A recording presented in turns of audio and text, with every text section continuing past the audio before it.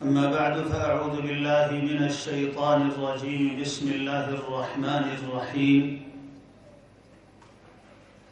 يا أيها الذين آمنوا اتقوا الله حق تقاته ولا تموتن إلا وأنتم مسلمون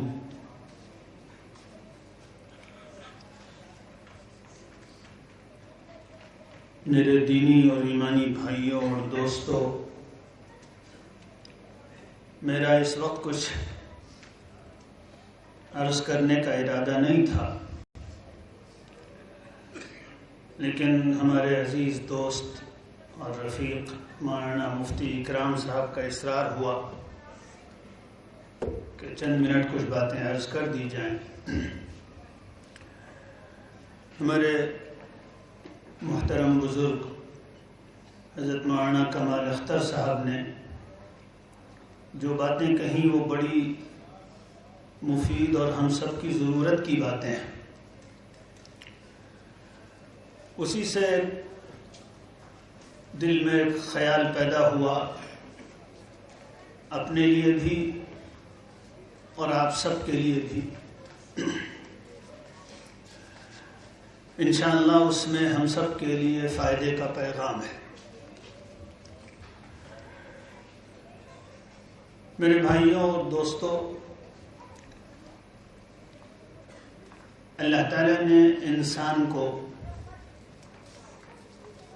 ایسی مخلوق بنایا ہے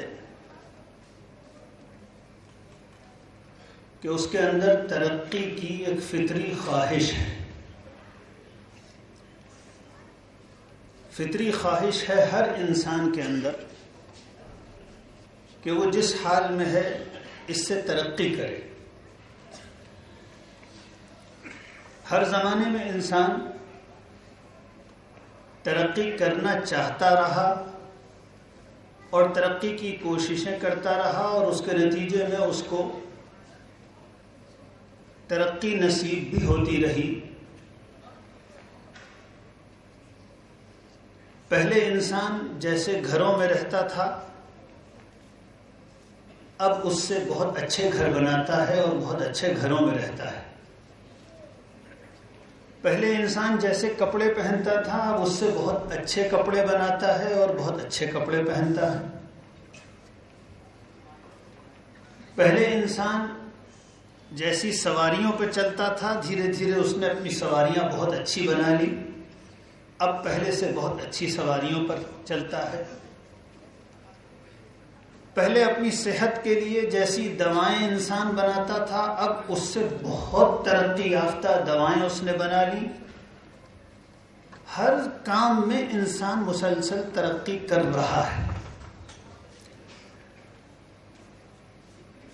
ہم میں سے جو شخص بھی، جو انسان بھی ترقی کرتا ہے اور ترقی کے لیے محنت کرتا ہے، وہ سمجھدار انسان ہوتا ہے۔ اور اگر کوئی انسان اپنی ترقی کے لیے محنت نہیں کرتا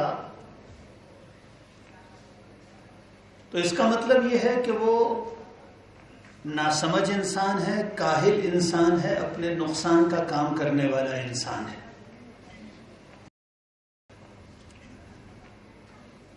ہم سب کو اللہ تعالیٰ نے اتنی سمجھ دی ہے کہ کچھ نہ کچھ ہم سب اپنی دنیا اور دنیا کے کاموں کی ترقی کے لیے فکر مند رہتے ہیں، کرنا چاہتے ہیں اور کرتے ہیں۔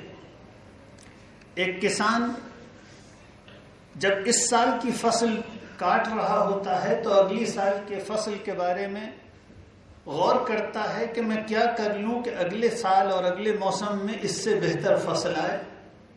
اس سال فصل کو جو نقصان پہنچا، کون سی دوائیں استعمال کروں کہ اگلے سال کی فصل میں وہ بیماریاں نہ لگیں۔ مشورے کرتا ہے، واقف لوگوں سے پوچھتا ہے، چوراہوں کی دواؤں کی دکانوں پہ جاتا ہے، اپنی پتیاں کھیت کی لے کر کہ اس میں دیکھو یہ والا کیڑا لگا ہوا ہے، اب میں کون سی دوا ڈالوں کہ یہ والا کیڑا آئندہ نہ لگے۔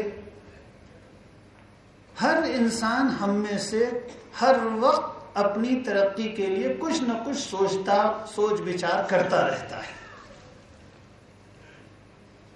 دکان میں اور کیا رکھ لوں جس سے دکان اچھی چلنے لگے، بچے کو کیا پڑھا دوں کہ بچہ مجھ سے بہتر معاشی مستقبل اور زیادہ اچھی زندگی گزارنے والا بن جائے.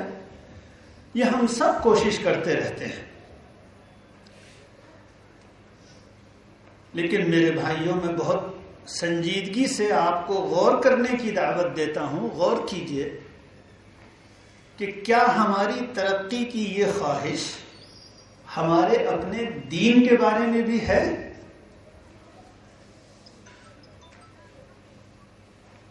حالانکہ دین ہمارا اصل مستقبل ہے اور دین کی ترقی ہماری اصل اور حقیقی ترقی ہے. کھا لیں گے تو بہتر کھا لیں گے، ختم ہو جائے گا. پہن لیں گے بہتر پہن لیں گے اور ختم ہو جائے گا. جو گھر بنا لیں گے، اچھا گھر بنا لیں گے، چند دن اس میں آرام سے رہ لیں گے، لیکن بہرحال جتنے دن گھر میں رہ لیں گے اس سے کہیں زیادہ لمبی مدت کے لیے ہمیں قبر میں دفن کیا جائے گا، اور اس کے بعد ہمیشہ ہمیش کے لیے ہمیں اٹھا کر اللہ کے سامنے کھڑا کر دیا جائے گا. پھر وہ انجام ہوگا جو ہماری دینی حالت کے مطابق ہوگا. اگر دین اچھا ہوگا تو آخرت کا انجام بھی اچھا ہوگا، اور اگر ہمارا دین خراب ہوگا تو آخرت کا انجام خراب ہوگا. سوچنے کی بات یہ ہے، ہم سب مسلمان ہیں، ہم سب کو اللہ پر یقین ہے، ہم سب کو آخرت پر یقین ہے، ہم سب کو قرآن پر یقین ہے. ہم جانتے ہیں اور گواہی دیتے ہیں کہ اصل زندگی اس زندگی کے بعد والی زندگی ہے، لیکن ہم اس کی حفاظت کے لیے اور اس کی ترقی کے لیے کیا کر رہے ہیں؟ ہم اپنے دین کی ترقی کے لیے کیا کر رہے ہیں؟ کیا میں پہلے جس حال میں تھا، کیا اب میرا دینی حال پہلے سے بہتر ہے؟ کیا میں اس کے لیے کوئی کوشش کر رہا ہوں کہ کل کو میرا دینی حال آج سے بہتر ہو؟ کیا میں پہلے سے زیادہ نمازوں کا پابند ہوا؟ کیا میں پہلے سے زیادہ حرام سے اور گناہوں سے بچنے والا بنا؟ کیا میرے گھر میں گناہوں کی مقدار کم ہو رہی ہے؟ کیا میرے بچے گناہوں کے بجائے دین کے اور اللہ کے حکموں پر چلنے والے بن رہے ہیں؟ میں اس کی ترقی کے بارے میں کتنی فکر کر رہا ہوں؟ اگر میں نہیں کر رہا تو یقین جانیے میں دھوکے میں ہوں کہ اپنے آپ کو سمجھدار سمجھ رہا ہوں. وہ شخص بیوقوف ہے جو اپنی ہمیشہ کی زندگی کے بارے میں فکر نہ کرے، چند دنوں کی زندگی کے بارے میں فکر کرے. حدیث میں آتا ہے، رسول اللہ صلی اللہ علیہ وسلم سے کسی نے پوچھا، اے اللہ کے رسول صلی اللہ علیہ وسلم، من اکیس الناس، اے اللہ کے رسول صلی اللہ علیہ وسلم سب سے زیادہ سمجھدار کون ہے؟ آپ صلی اللہ علیہ وسلم نے فرمایا، اکثرهم ذکرا للموت واکثرهم استعدادا للموت. سب سے زیادہ سمجھدار وہ ہے جو سب سے زیادہ موت کو یاد کرے، اور سب سے زیادہ سمجھدار وہ ہے جو موت کی بعد والی زندگی کے لیے سب سے زیادہ تیاری کرے. سب سے زیادہ سمجھدار وہ ہے. ایک اور حدیث میں آتا ہے، حضور صلی اللہ علیہ وسلم نے فرمایا، الکیس من دان نفسہ وعمل لما بعد الموت والعاجز من اتبع نفسه هواه وتمنى على اللہ. سمجھدار وہ ہے جو مرنے کے بعد کی زندگی کی فکر رکھے اور اپنا حساب کتاب کرتا رہے، سوچتا رہے کہ میں مرنے کے بعد کی زندگی کے لیے کیا تیاری کر رہا ہوں. کیا ہم نے کبھی سوچا تنہائی میں بیٹھ کر، رات کو بستر میں لیٹ کر، تکیے میں منہ چھپا کر، کہ میں مرنے کے بعد کی زندگی کے لیے کیا تیاری کر رہا ہوں؟ کل کو موت آنی ہے، اللہ کے سامنے پیش ہونا ہے، حساب دینا ہے. کوئی گناہ ایسا نہیں ہوگا جو ہاتھ میں پکڑا نہیں دیا جائے گا، اور جب گناہوں کا رجسٹر ہاتھ میں آئے گا تو ایک ایک آدمی کی زبان سے نکلے گا، آئے کیسا رجسٹر ہے، کوئی ایک گناہ بھی تو نہیں بچا، کوئی ایک عمل بھی تو نہیں بچا، جو میں بھی کر کے بھول گیا وہ بھی اس میں لکھا ہوا ہے. کوئی نہیں بھولا. لا یضل ربی ولا ینسا. میں بھول گیا تھا مگر میرا اللہ نہ بھولتا ہے نہ چوکتا ہے، سب میرے سامنے کر دیا جائے گا. اور اس وقت ہائے ہائے پکارنے سے بھی کوئی فرق نہیں. تو یہ سوچنے کی بات ہے کہ ہم اپنے دین کی ترقی اور اپنے دین کی حفاظت کے لیے کیا کر رہے ہیں. اب حالت تو یہ ہے کہ جو جھوٹ بولتا ہے 40 سال سے جھوٹ بولتا آ رہا ہے، اس کا جھوٹ نہیں چھوٹ رہا. جو دھوکہ دیتا ہے 40 سال سے دھوکہ دے رہا ہے، اس کا دھوکہ نہیں چھوٹ رہا. جو نماز خراب پڑھتا ہے، نماز صحیح نہیں ہے، نماز کے کلمات صحیح سے ادا نہیں ہو رہے، سجدہ ٹھیک سے کرنا نہیں آتا، سنت کے مطابق نماز پڑھنا نہیں آتا، وضو ٹھیک سے کرنا نہیں آتا، نماز چھوٹتی ہے تو چھوٹ رہی ہے، کہاں جا رہے ہیں ہم؟ ہر ایک کو سوچنا چاہیے. بہت فکر کی بات ہے. ہم لوگوں کو اس دنیا میں اللہ سبحانہ و تعالی نے اپنا بندہ بنا کر بھیجا ہے، آزاد بنا کر نہیں بھیجا. وہ انسان دھوکے میں ہے جو اپنے آپ کو آزاد سمجھتا ہے. کہاں کے آزاد ہیں ہم؟ کیا ہم نے اپنے آپ کو خود پیدا کیا ہے؟ ام خلقوا من غیر شیء ام هم الخالقون. کیا یہ انسان اس دھوکے میں ہے کہ اپنے آپ پیدا ہو گئے، آزاد چھٹے گھوم رہے ہیں؟ کیا انہوں نے اپنے آپ کو خود پیدا کیا ہے جو اپنے آپ کو مرضی کا مالک سمجھتے ہیں؟ جب پیدا ہم نے کیا، اللہ تعالیٰ فرماتے ہیں جب پیدا ہم نے کیا، روزی ہم دیتے ہیں، زمین ہم نے بنائی، ہماری بنائی ہوئی زمین پہ رہتے ہیں، تو یہ ہمارے بندے اور غلام ہیں. ہمارے حکموں کے مطابق چل رہے ہیں کہ نہیں چل رہے؟ ہمارے سامنے کھڑے کیے جائیں گے اور ہم پوچھیں گے.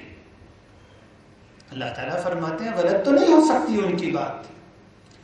تو اصل مسئلہ اس دنیا میں ہماری زندگی کا سب سے بڑا مسئلہ، سب سے زیادہ فکر کی بات یہ ہے کہ ہم اللہ کے بندے بن کر زندگی گزار رہے ہیں یا نہیں گزار رہے. سب سے زیادہ فکر اس بات کی ہونی چاہیے. میں اپنے آپ کو مخاطب بنا کر اپنے آپ سے کہتا ہوں، آپ سب یہ سوچئے اب تک جیسی گزری گزر گئی، اب تک جیسی گزری گزر گئی، ابھی بھی وقت نہیں گیا ہے. آج توبہ کریں اپنی پچھلی تمام زندگی کے بارے میں. صدر محترم کی خطاب کے بعد دعا اور توبہ ہوگی.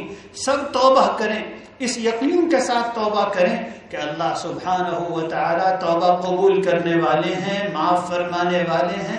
ہم سب اپنی پچھلی تمام زندگی پر اللہ سے معافی مانگ کر جائیں گے اور یہ عہد کر کے جائیں گے کہ اب خود بھی اللہ کے حکموں پر چلنے والی زندگی گزاریں گے اور اپنے گھروں کے اندر اپنی بیوی بچوں کو اللہ کے بندوں اور بندیوں والی زندگی گزارنے کی تلقین کریں گے. میرے بھائیوں اور دوستوں، ہماری زندگیوں میں دین کس طرح آئے گا، ہماری اصلاح کس طرح ہوگی، ہمارا دینی حال کس طرح بہتر ہوگا. چند منٹ کی مجھے گفتگو کرنی ہے. اچھی طرح سمجھ لیجئے کہ جس طریقے سے ہر فصل کو کوئی خاص موسم اور ماحول چاہیے ہوتا ہے، اسی طریقے سے دین کو بھی پنپنے کے لیے دین کا ماحول چاہیے ہوتا ہے. آپ کشمیر سے اعلیٰ قسم کا سیب کا بیج لے آئیے، سیب کا پودا لے آئیے اور یہاں بو دیجئے اور ایک اچھے ماہر مالی کو لگا دیجئے. وہ اس کی فکر رکھے، اچھا سا کھاد دے، پانی دے، اس کو پنپنے کی، اس کو اچھا پروان چڑھانے کی فکر کرے. کبھی بھی لکھنؤ میں سیب کا پھل نہیں آ سکتا، اس لیے کہ سیب کو کشمیر کا موسم اور وہاں کی فضا چاہیے. بالکل اسی طریقے سے دین کو دین کا ماحول چاہیے. بغیر دین کے ماحول کے، دینی مجلسوں کے بغیر، دینی گفتگوؤں کے بغیر ہمارے دل کے اندر دین کا پودا نہیں پنپ سکتا. سب سے بڑا مسئلہ ہمارا یہ ہے، جو ہماری سب سے بڑی محرومی کا ذریعہ بنا ہوا ہے، جس کی وجہ سے ہمارے دلوں میں اور ہمارے گھروں میں دین کا باغ سوکھ رہا ہے، دین کی کھیتی میں آگ لگی ہوئی ہے. وجہ یہ ہے کہ ہم اپنے آپ کو دینی ماحول سے جوڑ نہیں رہے، دینی مجلسوں میں نہیں جاتے، ایسی جگہ نہیں جاتے جہاں دل کے اندر اللہ پر یقین پیدا کیا جائے، آخرت کی فکر پیدا کی جائے. اس لیے میں آپ سب سے بڑی لجاجت کے ساتھ، بڑی محبت کے ساتھ یہ درخواست کرتا ہوں، ایک شخص سے درخواست کرتا ہوں، خدا کے واسطے اپنے دین کی اصلاح کے لیے کسی دینی مجلس سے اپنے آپ کو جوڑیے، کسی اللہ والے کے پاس جایا کیجئے، کہیں ایسی جگہ جایا کیجئے. یہ آپ کی ضرورت ہے، ڈھونڈیے. جب بیمار ہوتے ہیں تو ایک ڈاکٹر سے شفا نہیں ہوتی، دوسرے کے پاس جاتے ہیں، دوسرے سے فائدہ نہیں ہوتا، تیسرے کے پاس جاتے ہیں.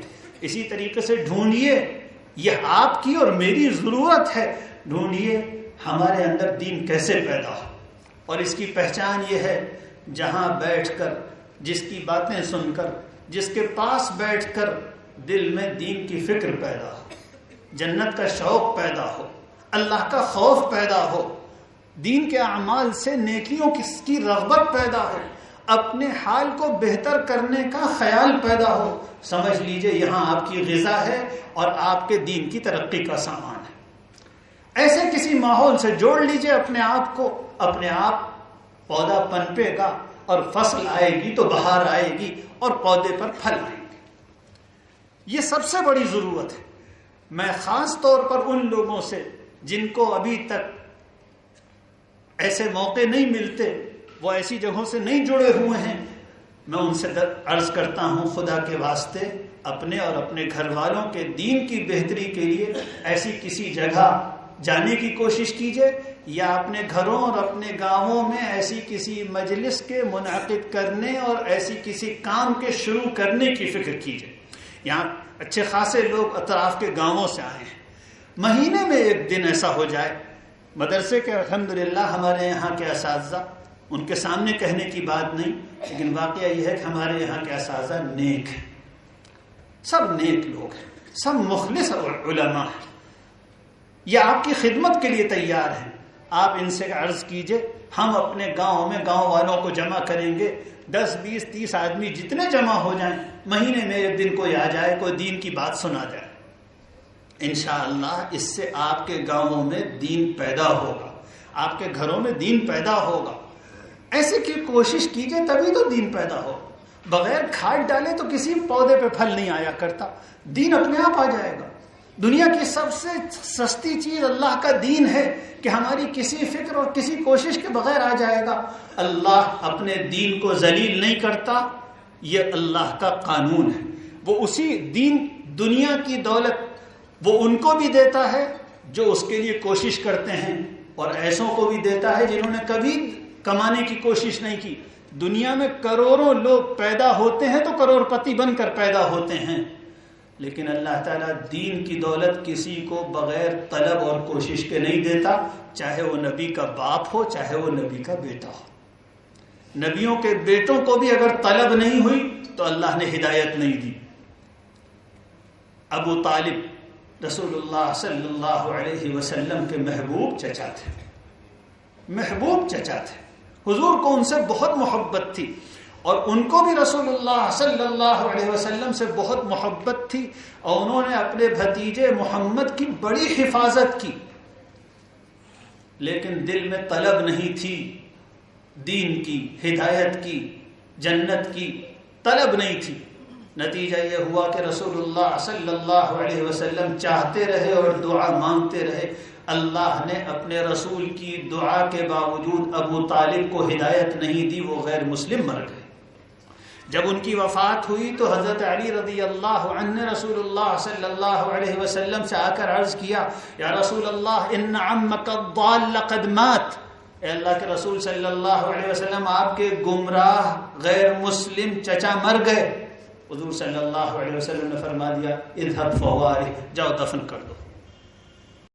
اور جس کو طلب تھی تو سلمان ایران میں تھے، سلمان نام کے ایک شخص ایران میں تھے، ان کے دل میں طلب تھی کہ مجھے ہدایت ملے، وہ ایران سے عراق، عراق سے شام گئے، اللہ نے ان کو مدینے میں پہنچا دیا۔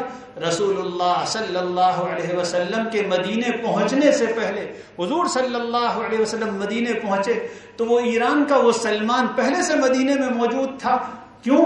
اللہ نے اس کے دل کی طلب کی وجہ سے اس کو مدینے پہنچا دیا تھا کہ میرا رسول جب ہجرت کر کے مدینے آئے تو اس پر ایمان لانے والوں میں سلمان بھی شامل ہے۔ رسول اللہ صلی اللہ علیہ وسلم نے حضرت سلمان کو مسلمان بنایا اور اس کے بعد کہا سلمان منا اہل البیت، سلمان ہمارے گھر والوں میں سے ہے، کوئی رشتہ نہیں تھا۔ تو جس میں طلب ہوتی ہے اللہ تعالیٰ اس کو ہدایت دیتا ہے۔ اپنے اندر طلب پیدا کیجئے۔ میں نے ایک آیت پڑھی تھی، اللہ تعالیٰ نے حکم دیا ہے او اللہ کے بندوں، ایمان والوں، اللہ سے ویسے ڈر کر زندگی گزارو، اللہ کے حکموں پر چلنے والی زندگی گزارو، ویسے جیسے اللہ کا حق ہے۔ اور یہ کوشش کرو کہ تم سب کو موت اسی حال میں آئے کہ تم اللہ کے دین اسلام پر ہو۔ میرے بھائیوں، یہ مسئلہ یہ نہیں ہے کہ آپ اور آپ کی اگلی نسلیں بہت بڑے بزرگ بنیں گی یا نہیں بنیں گی۔ اگر آپ نے فکر نہیں کی تو خطرہ اس بات کا ہے، ماحول میں اتنا شرک پھیلا ہوا ہے، ہر طرف شرک کی اتنی دعوت ہے، تعلیم گاہوں میں، اسکولوں میں، کالجوں میں، بازاروں میں، میڈیا میں، ہر طرف شرک کی ایسی دعوت ہے کہ خطرہ اس بات کا ہے اگر فکر نہیں کی تو لا الہ الا اللہ بھی ہاتھ سے چلا جائے گا، لا الہ الا اللہ بھی چلا جائے گا۔ گاؤں میں نہ جانے کتنے ایسے لوگ ہیں کہ ان کو لا الہ الا اللہ نہیں یاد اور لا الہ الا اللہ کا مطلب نہیں معلوم۔ ان کو یہ نہیں معلوم کہ مسلمان ہونے کا مطلب کیا ہے۔ مسلمان ہونے کا مطلب یہ ہے کہ صرف ایک اکیلا اللہ خدا ہے، وہی اکیلا ایشور ہے، اس کے علاوہ نفع نقصان کا، بھلے برے کا، بناؤ بگاڑ کا کوئی مالک نہیں ہے، صرف اکیلا اللہ ہے، وہی پوجا اور عبادت کے لائق ہے۔ یہ ہے لا الہ الا اللہ کا مطلب۔ محمد الرسول اللہ کا مطلب یہ ہے کہ محمد صلی اللہ علیہ وسلم اللہ کے رسول ہیں، انہی کا بتایا ہوا راستہ سچا راستہ ہے۔ جو ان کے علاوہ کسی اور کے راستے کو سچا سمجھے وہ کبھی مسلم نہیں ہو سکتا اور کبھی اللہ کے ہاں نجات پانے والا اور جنت والا نہیں ہو سکتا۔ جنت تو صرف اس کے لیے ہے جو لا الہ الا اللہ اور محمد الرسول اللہ پر یقین رکھتا ہے۔ آخری بات مجھے جو عرض کرنی ہے وہ یہ کہ اپنے بچوں کو قرآن پڑھائیے۔ اللہ تعالیٰ نے اپنی قرآن میں، اللہ تعالیٰ نے اپنی کتاب میں ایک طاقت رکھی ہے، اور وہ طاقت یہ ہے کہ جس دل میں یہ کتاب ہوگی اللہ تعالیٰ اس شخص کو، اس انسان کو اپنے دین پر جمائے گا۔ دین پر جمانے کی خاص طاقت جب زمانے میں سیلاب آ رہے ہوں اور لوگوں کے پاؤں پھسل رہے ہوں اور لوگ اللہ ہدایت کے راستے سے دور جا رہے ہوں، اس وقت اللہ کی کتاب وہ چیز ہے جو دین پر جماتی ہے۔ اللہ تعالیٰ نے اپنے رسول صلی اللہ علیہ وسلم سے بار بار قرآن کے بارے میں کہا کہ ہم اس قرآن کے ذریعے ما نثبت به فؤادک، ہم اس کے ذریعے دل کو ایمان پر جماتے ہیں۔ تو قرآن پڑھیے، قرآن پڑھائیے۔ جس دل میں قرآن کی عظمت ہوگی، اپنے بچوں کے دل میں قرآن کی عظمت، اس کی بڑائی، اس کا احترام پیدا کیجئے۔ قرآن پڑھیے اور پڑھائیے۔ جس دل میں قرآن کی عظمت ہوگی وہ کبھی حق کے راستے سے اس کے پاؤں نہیں پھسلیں گے۔ ایک زمانے میں آزادی سے پہلے ایک دور آیا جب بعض نہایت غربت زدہ اور دین کی تعلیم سے خالی علاقوں میں ارتداد پھیلا۔ آپ لوگوں میں سے بہت سے لوگوں نے نام سنا ہوگا شدھی سنگٹھن کا۔ وہ دور تھا۔ تو اس دور میں حضرت تھانوی رحمۃ اللہ علیہ نے بعض لوگوں کو بھیجا کہ جاؤ ان علاقوں کا جائزہ لے کر آؤ جہاں لوگوں کے پاؤں پھسل گئے اور وہ لا الہ الا اللہ بھی چھوڑ بیٹھے۔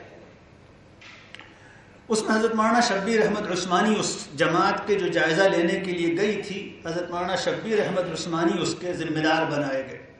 حضرت مولانا شبیر احمد عثمانی نے آ کر حضرت تھانوی رحمۃ اللہ علیہ کو یہ بتایا کہ ہماری ٹیم جن علاقوں میں گئی وہاں ہم نے یہ دیکھا کہ جس خاندان میں ایک شخص بھی قرآن پڑھا ہوا تھا وہاں کوئی مرتد نہیں ہوا۔ جس خاندان میں ایک شخص بھی قرآن پڑھا ہوا تھا وہاں کسی کو، وہاں سب کی اللہ نے، سب کے ایمان کی اللہ نے حفاظت فرمائی۔